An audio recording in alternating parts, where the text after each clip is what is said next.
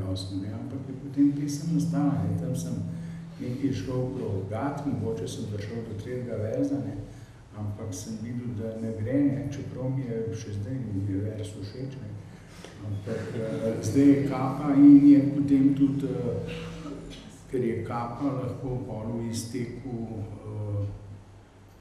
čist drugačna. A bi pesem, ko smo rekli, da bi kakšno pesem prebral, je več mogel iskati, da zdaj, če sem jo že razkrinkal.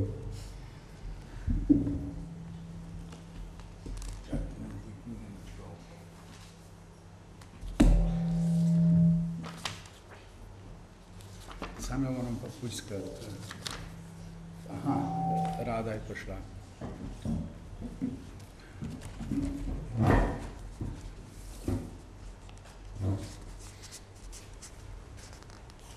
Edino kapo, kar sem je kdaj nosil, sem kupil v mestu 709. V mrzlem dežju, pri revi bosi, za stolnico, na štantu in zadet in iz sočutja 12.300, preden v tavernico Vedric sem stopil in v kotu 203 zaspal na klopi, v šundru 17.1 anarhistov. Ko s polnočjo 9.384 so zadnjega me ven nagnali, v daljavi sem zaslišal 100 piščali in k njim se 13 negotov nameril in 36 na pokrivalo 5.015.007 pozabil 23, kratko in malo, a daljše in več, kot rečejo besede. In se poslej življenje, pravzaprav zgolj nekaj decimalk brezsramno pičlih, ki limitirajo nestrpno k ničli, po svetu okrog potikam razoglav.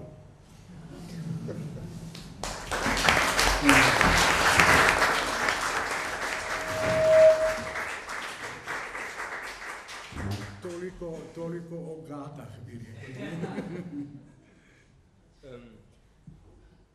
Povedala smo kar nekaj o začetku, pa še me vseeno zanima konec, oziroma s koncem povezan občutek za formu pesmi kot celote. Predvidevam, vem, da je izkušnja studentista vseeno nekaj način ponotranjene te forme. Pesem potem že prihaja v tej neki strukturi. Potem po sonetih so sledili jambi, kjer gre predvsem za 4 vrstičnice. Pa me zanima, potem pri teh pesmih je občutek podoben, že na začetku, že pri inicijaciji, že pri prvem verzu, imaš občutek, to pa bo šlo zdaj 4 ali pa 5 ali pa 6, 4 vrstničnic, ali to nekaj, kar v bistvu... Ne, v predzadnji kitici vem, a bo ta pa naslednja, takrat vem, da bo samo še ta pa naslednja. Pa je lahko to v 3., 4. ali pa 5. Ali pa drugi, tudi zadnje čase imam tudi nekaj 12 vrstičnih, se pravi 3x po 4, 3x. Tu moram mogoče vseeno omeniti dejstvo, ki ga marsikdo od vas seveda pozna. Milan je eden naš najbolj profiliranih prevajalcev. Poleg kongenialnih prevodov skoraj da celotnega Shakespearea. Ne, polovičke. Celotnega Čehova. Z eno izjemo. In številnih drugih, tudi najbolj zafrknenih ruskih avantgardnih tekstov. Je seveda nekdo, ki je svoje znanje, obvladovanja forme vedno znova postavil na preizkus. Pa me zanima, a te prevajanje za lastno pisanje hrani, ali te odteguje od pisanja, ko si v tem, da zdaj prevedeš naslednjega Hamleta ali pa Hlebnikova ali pa... Ja, tukaj bom odgovoril precej sebično, ne. Pač nisem v življenjski situaciji, da bi se šel kakšno poslanstvo. In pač delam, kar je potrebno. In ko praviš, če me hrani, me seveda gledališko prevajanje hrani, ne. Ampak res na oba načina. Namreč, mislim, da se mi je pesništvo nekako zgodilo na to, da ga prevajam, pa da so moji prevodi v gledališču od igralcev, tudi, ker je zelo važno, ker oni preizkušajo tekst, da so lepo sprejeti po večini. Me pa hrani seveda tudi moja nečimenost, in vsi vemo, da v življenju človek rad potrditev in da si želimo biti sprejeti. Res je pa tudi, da sem lahko mimo grede pravzaprav s prevajanjem verzov, ki se je intenzivno začela v začetku 80-ih let, se pravi v mojem 4. desetletju, lahko to obrt, ker tukaj je veliko obrti, velike aritmetike, tega premetavanja besed, obračanja, iskanja podobnih besed, ker v sinonime ne verjamem, in iskanje smisla, kar je seveda pri Shakespearju zelo pomena, če me reči, kar je pri Shakespearju zelo olajšano, ker imajo desetine njegovih izdaj zelo bogate aparate, tako da zmeraj približno veš, kaj povedati, če so pa ambiguitete, ki so ostale odprte, imaš pa pač možnost prvič se sam odločiti, drugič se pa konzultirati s prevodi v tretje jezike in videti, kako so tam drugi boljši rešili kakšno zagato. Poleg tega je pa seveda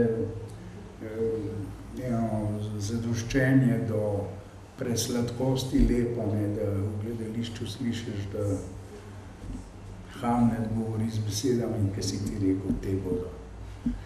To je, moram reči, mislim, to pa vendar ne nedomisljivo in to bi človek tudi za ston delal, če bi lahko. To je veliko zadoščenje, biti udeležen pri tej res visoki klasiki, recimo lepota teh vzdušij, ki jih tako rekoč s tvojimi besedami, čeprav jasno z besedami Čehova naredijo igralci, tam, kar reče Fiers na konc, kar reče, zdaj tokrat to ponavljam, saj ne, da sem star, ampak dolg sem na svetu, ne, in vidiš, da je stavk, ki mu nič ne manjka, ne. Saj je čist enak, kot v ruščini Čehova, moram izdati, da je zelo lahko bilo prevajati, kot da bi iz tega ali pa iz tacka vrčka v drug vrček točil, no. Tako se mi je zdel, da mi gre na roko, ne. Ampak to je lepo, ne, evo, znam skoro malo se označili. Ti pogovori so, veste, takole malo težki, ne, zdaj govoriti o delu je malo, bi rekel, večji del stvar, če tako rečem, šanka, enega manjšega okolja. No, vse je. Ampak ponenadoma človek ni pa zmeraj prav, ne smeš vse govoriti, ne, ampak človek zaide bolj v te občutke, ne, ki pravzaprav niso važni, ne, ampak vse tehnika, kako pridem do tega, tudi ni važna. Ne. Po tretji strani pa rečem, hvala Bogu, ne, kaj človek še zmeri medij, ne. Se pravi, se zdajle, oprostite, ne, ste tle bolj zaradi mene, skoraj kot zaradi knjige, ne. In tudi zdaj sem imel dve priložnosti poslušati gospoda Telegena in drago prijateljico Ilmo, ki sta pač odprla se in mi je dala eno spodbudo, da sem se malo manj bal, da danes sem. Tako da oprostite, ne, mislim, bom še naprej oseben, če vam to ne bo šlo preveč na živce.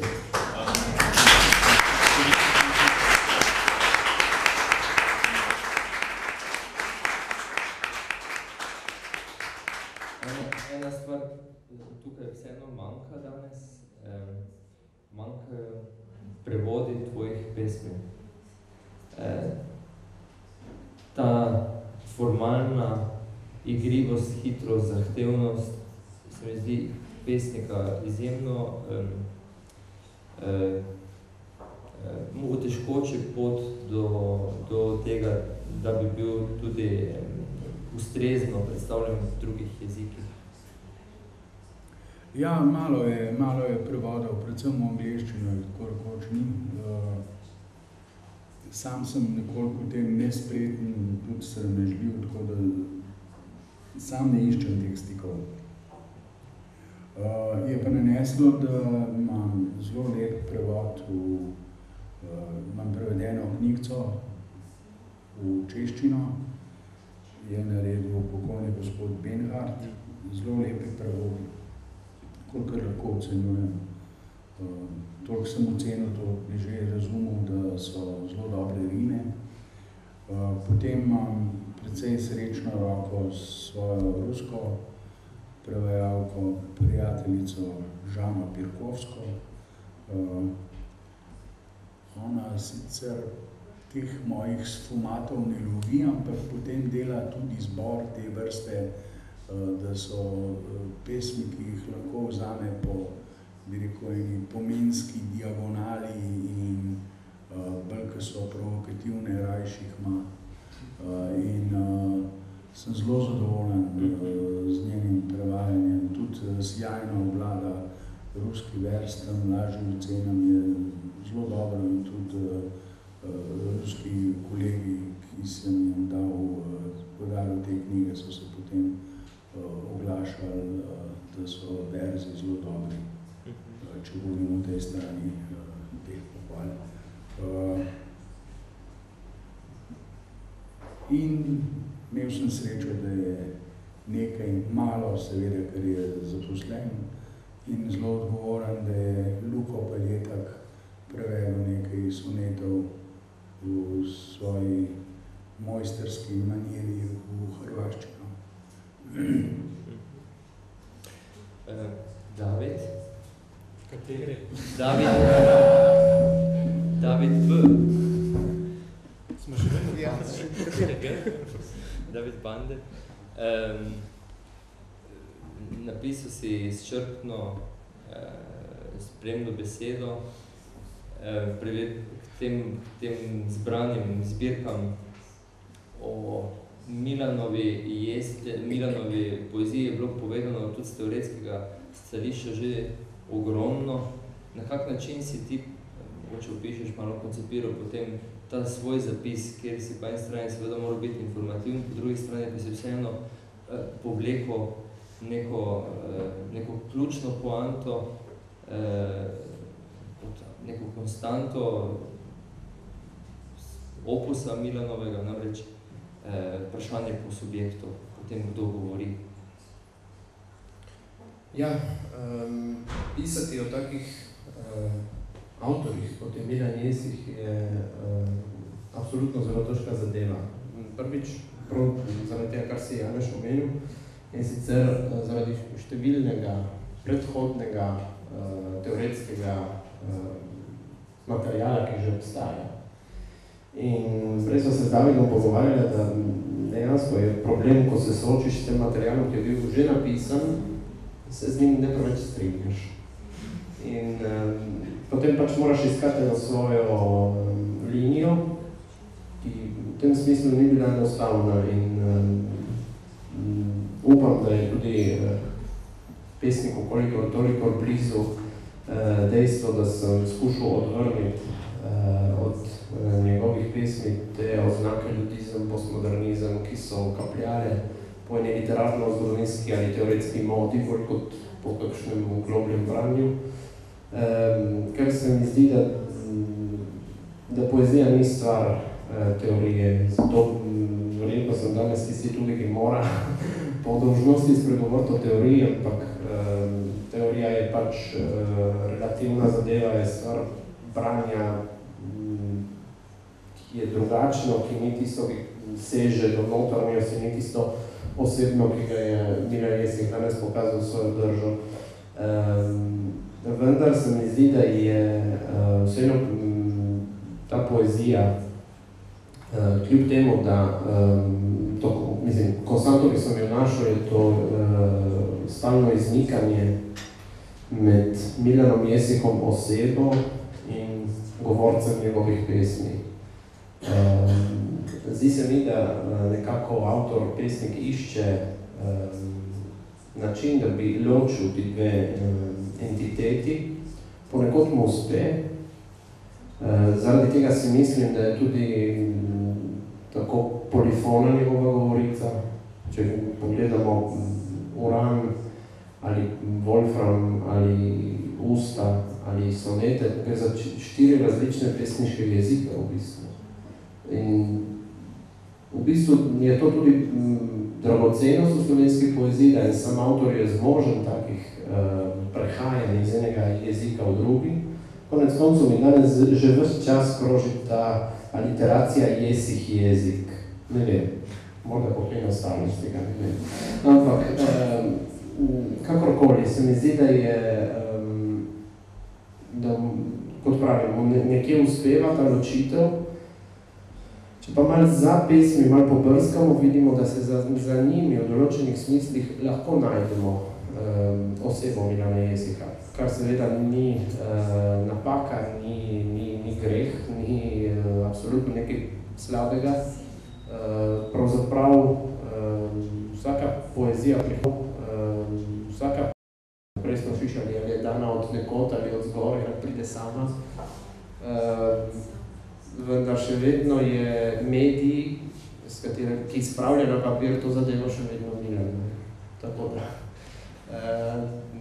ta podvig, ki si ga, po mojem, ne vem, če zavedno ali nezavedno, je Milan Jesik zastavil, da bi ločil subjekta od govorca,